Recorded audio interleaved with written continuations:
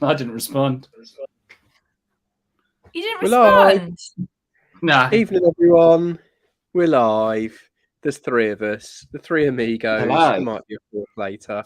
Hello, I'm Mike, sitting in front of our amazing Love Island wall, as it's been The tagged. Love Island wall. Stuart's next to me, that way, with an equally green wall, taking off the original.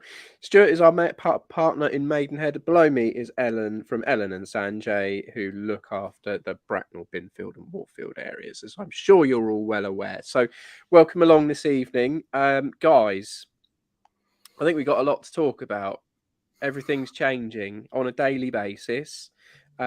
We've recorded a podcast today to talk about exactly the same thing, but as the titling says, sales and lettings market updates. Let's catch up. Let's find out what on earth's going on. I know the statistics from a high level. How are you guys finding things in the real world? So Stu and I were just talking about this, actually, comparing notes. We are still coming across people that want to move. We've had 3 new places come on the market this week. So I think that's indicative of people wanting to move.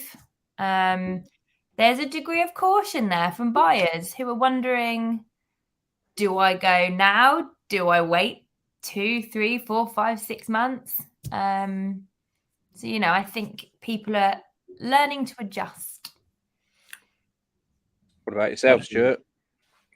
Yeah, I think more now than ever, you've got to be spot on with the pricing. If you're going to be 2-3% too high, you won't get the viewings. You've got to present the home as nice as you've ever presented it. It's got to smell nice, look good. Yeah. You've got to pay your neighbour's dog to go out so it's not barking when you're doing the viewing. I had that at open house a couple of weeks ago. The dog barked for like 2.5 hours. I'm a dog owner, as are you, and that would put me off. It didn't work. That's true. Yeah, it was a rival estate agent, to be true. But yeah, I think interesting times, but still got to move, and it's still cheaper today to move than it probably will be next month. Yeah. So I came on this chat, I think 2 weeks ago maybe, and unveiled Uncle Dave, the mortgage broker's big theory on what would happen with mortgage rates, that they were going to peak last week and then drop into Christmas before becoming really competitive into New Year. Now, Uncle Dave, if you're watching somewhere with your crystal ball, he was right so far. Yeah. Interest rates from the 3-4 main banks have dropped around about 0.5% this week, which I know is not world changing, but it's certainly a big step in the right direction towards probably what normal, reasonable rates are. From a regional perspective, warehouse sales fell through in the panic of the Liz Truss era. Can we call it an era? No, it's not long enough. Was that long enough for an era? A dream, a fever dream, maybe? A fever dream, yeah. The Liz Truss fever dream, where people were pulling out of houses. I would say almost all of those sales that fell through have all been sold to new buyers who are still enthusiastic about doing something. So house sales seem to be back on a kind of level footing again from where I'm sitting, looking at 22 odd estate agents working across the region.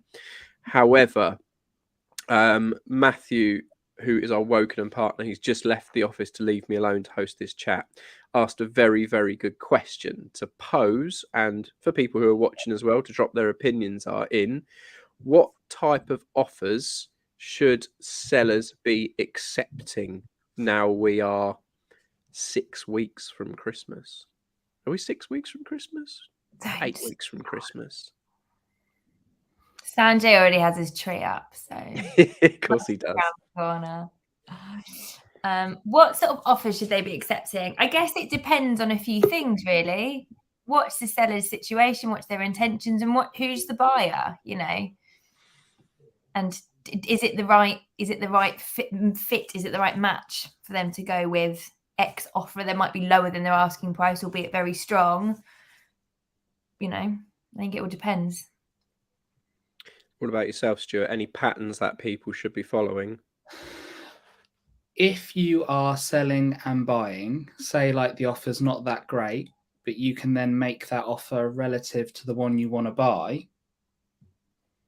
Like if you can make it work and you know, then go.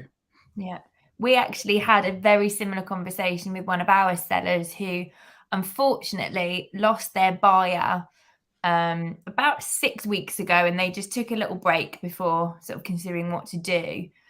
And our sort of fairly frank conversation with them the other evening was, whilst you were worth X before, in reality, you're probably now you're worth less. You know, you've lived through what was probably the best market any of us have ever seen.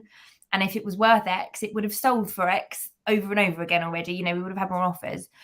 But to put that into perspective, the houses that they are looking at, because they're looking to downsize, are also, you know, 5-10% less than they were. So actually, when you think about it, no one's losing any money. It's all relative.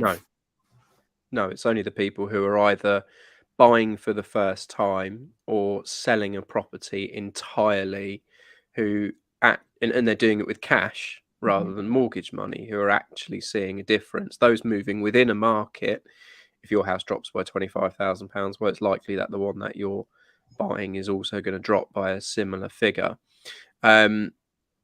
Tristan, coming at it from another angle, from the rental angle of it, Matthew's question was, what sort of offer should a prospective seller or landlord be accepting? Very different story in the lettings world, I imagine. Yeah, definitely. I mean, from a landlord point of view, the lettings market's still very buoyant. We've seen a massive increase on rental prices. So the yields, as long as the yields stack up and they're making a good gross profit from a month, which they are, I think it's a good opportunity still. We've got a podcast coming out later or tomorrow that sort of speaks about this in a bit more detail and what's going on within the market on that. But I think if the price is right and the rent's right, then I'd still look for it. Certainly nothing but asking prices or over, from what I've seen. Yeah, I doubt they'd be going over. Whereas before, the investors were being outbid by the first-time buyers, weren't they? Where they were prepared to go over.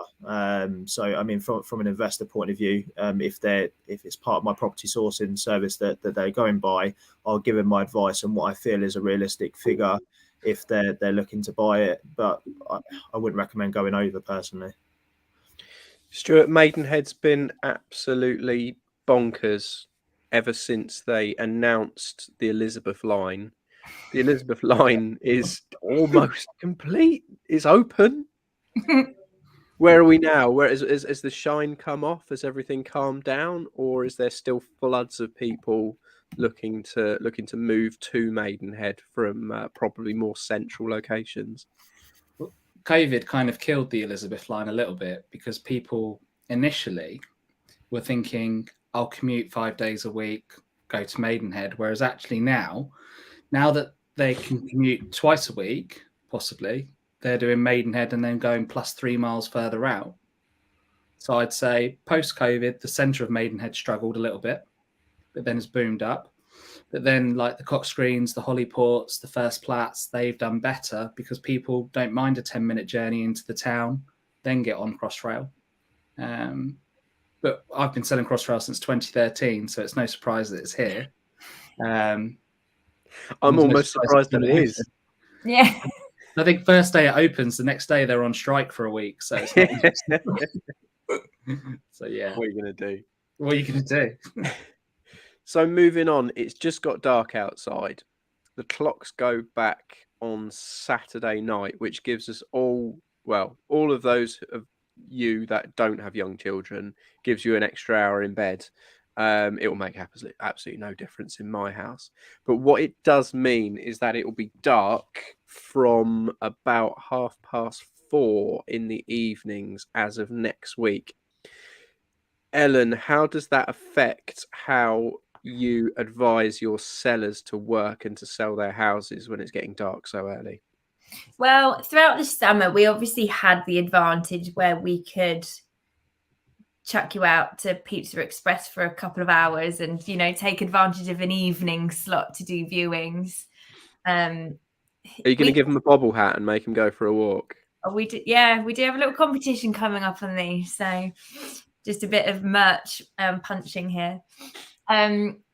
We can still do viewings in the evening. You know, the reality is most, or certainly the majority of people, at least one decision maker is going to potentially be working 9 to 5. So getting in weekends and evenings is still the most suitable for people, which is fine. And often we just have to kind of work with it. If they view it once in the evening in the dark, they're probably going to want to come back for a second time. But it's just, you have to make the most of those viewings in the dark when they can't see a house in its best light, you know, to make sure you've got it lit up like a Christmas tree, nice lighting outside, and just get it ready. I always say, put yourself in the perspective of a buyer walking up to your house for the first time. Have you got a for sale board out the front? Because first impressions are so important, and someone driving up and down trying to find it, you know, is not good. You just start off on the wrong foot. So for sale board is a really good one, so they can see where they're going. Is the front door covered in cobwebs? You know, when's the last time you wiped your front door down? Little things like that. And then get the heating on, you know, get the lights on, all that kind of stuff. Yeah, I think for those of us who have lived in and around Bracknell for a long period, it may be lost on you how hard it is for someone who doesn't know the town to find your house. The numbers are not in order anywhere. If you're selling your house in Great Hollands, this advice is for you, and you're doing viewings in the evening, get a for sale board outside your house, because I have met some angry buyers and tenants in my time who have walked around and around and around your road, in and out of all the cul-de-sacs and the garage blocks, looking for your house before finally finding number 148. It isn't easy in that area, and I'm sure there's other areas that Stuart would say in Maidenhead for the same reasons. The for sale board is not just for the agent's benefit. It really does help people when you can't see the door numbers when you're driving by. Just to pick up on what you've just said, totally agree.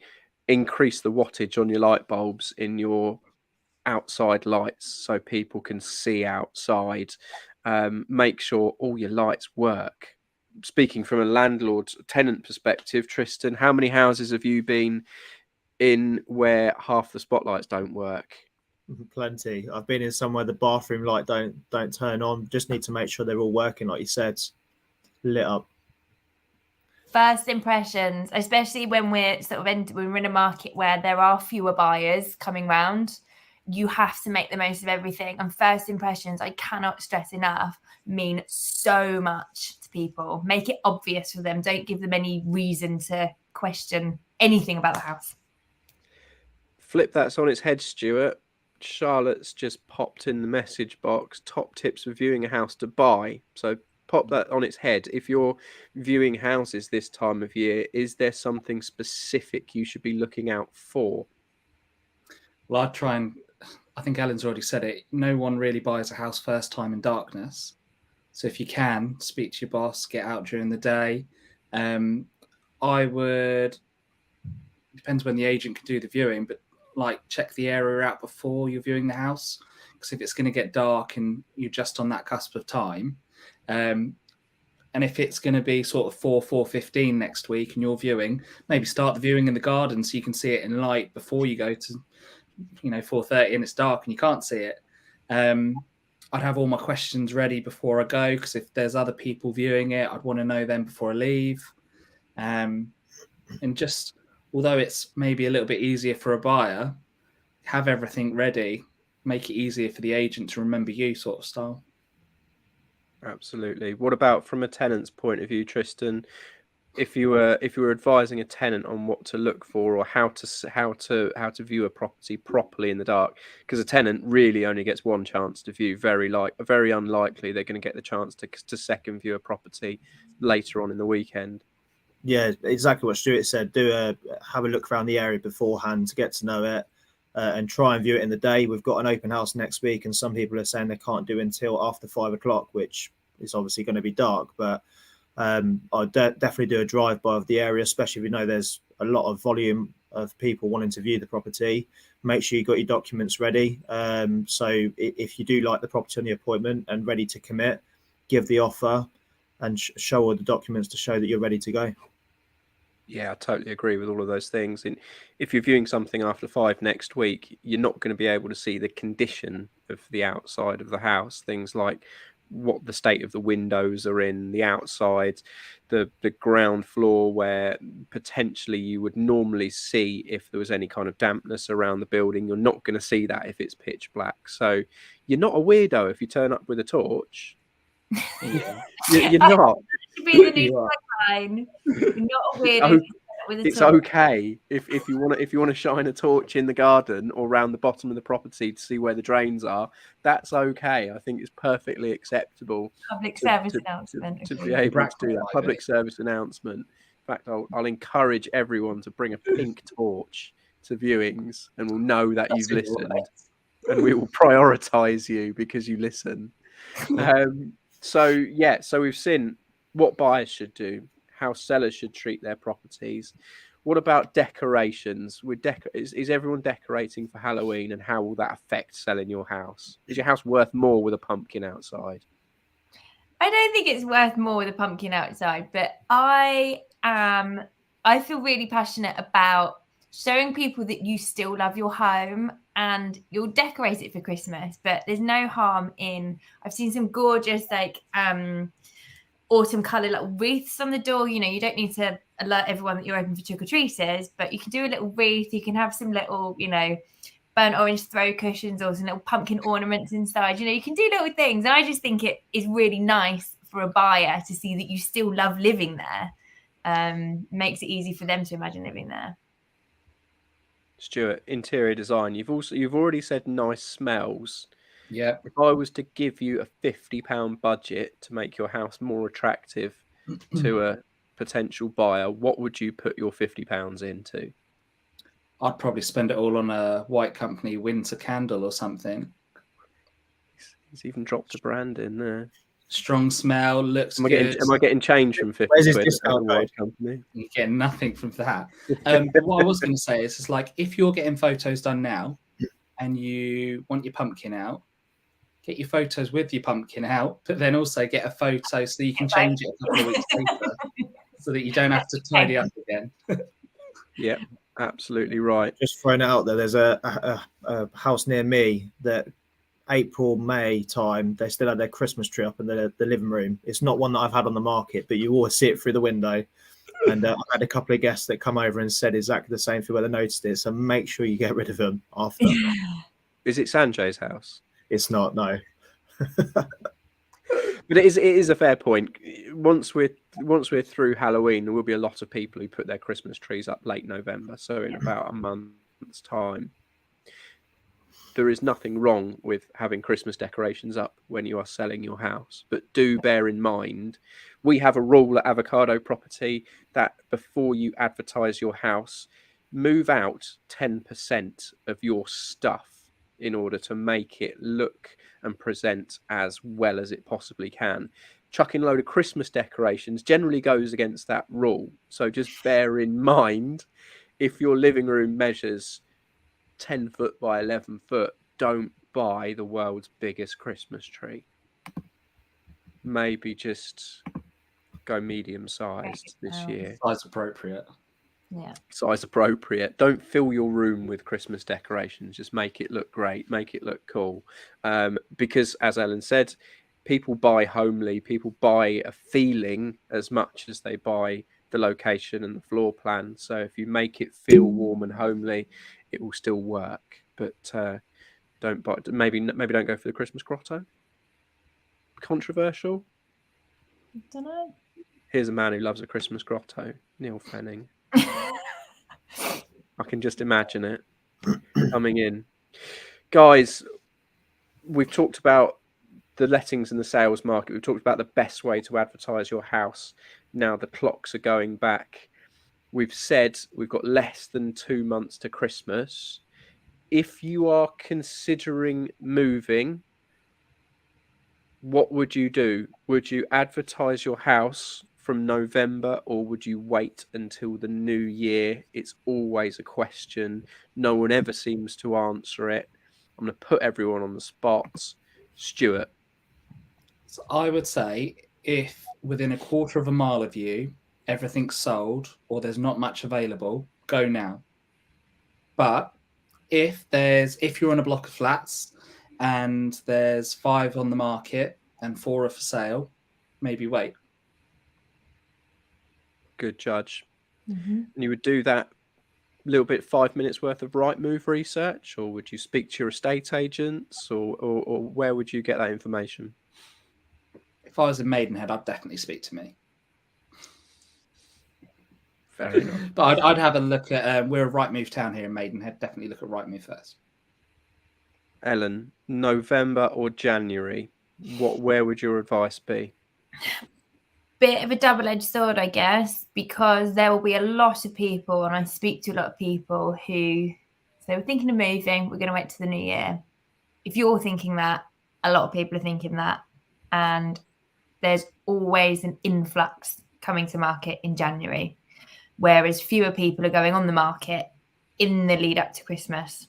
And let's not forget, the busiest day for Rightmove is Boxing Day.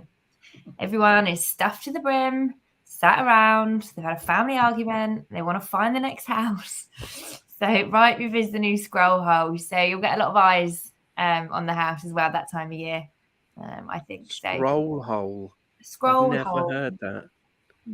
Okay. I get it. I like it. You can take See that. it on our marketing coming soon. Tristan, a little bit of a different situation again from a landlord perspective, because I guess you market your property whenever you have to market it. It's not really your choice. But if you have the choice of when you're planning to move, when's the best time of year as a landlord? When are you going to get peak rentals and best tenants? Well, to be honest with you, I think December is, although it's a quieter month, I still think it's a good month to market. And the reason I say that is you have more online activity because more people have time to spend to sit there and go through Rightmove and have a look at the listings online and potentially do their drive-bys. But what you find is the more serious people are out there looking. So the people that could be at home with their families at a time where they're going to be at home around Christmas are more likely going to be securing the deal on that day, because why would you do that if you're off? So I find they get more serious tenants around that time. Although there's less viewings taking place, there's more just as much business being done, and there's more online activity. So list it in December, basically. Finally, one question for everyone, starting with Tristan. Tristan, what is the one thing or the one type of property that tenants are looking for right now? 3-bedroom family homes. 3-bedroom family homes. Stuart, what is the one thing that will make someone stop in their tracks and refuse to buy a house? What is the big thing that puts people off? When you don't repair old leaks, you fix the leak, but you haven't fixed the damp patch that's on the ceiling or on the floor. It just like everyone's like, "What is this? Is it still broken?" And you're like, "Nah, it's fixed 5 years ago." No one believes you either, is the estate agent. Oh, he's an estate agent who's lied again, wasn't he? That's a really good one. Ellen, what is the one thing that will make your buyers stop in their tracks and offer the full asking price on the spot? If it's priced correctly, buyers do their own research as well. They know what next door sold for. They know what you bought it for 2 years ago. Likely they have viewed all the competition. So price it correctly and you'll still get those offers there and then. So there you have it. Price your house correctly. Make sure there's no old, wet, damp brown patches on your ceilings. And if you're buying a buy-to-let, buy a 3-bedroom family home. I think those are the big topic takeaways from where we are. If you're still watching 25 minutes, well done to you. Congratulations. You get a badge or a lolly. We'll all see you next week. Ian will be back next week. Thank you for joining us. Stuart, Ellen, Tristan. Ciao for now. Ciao for now.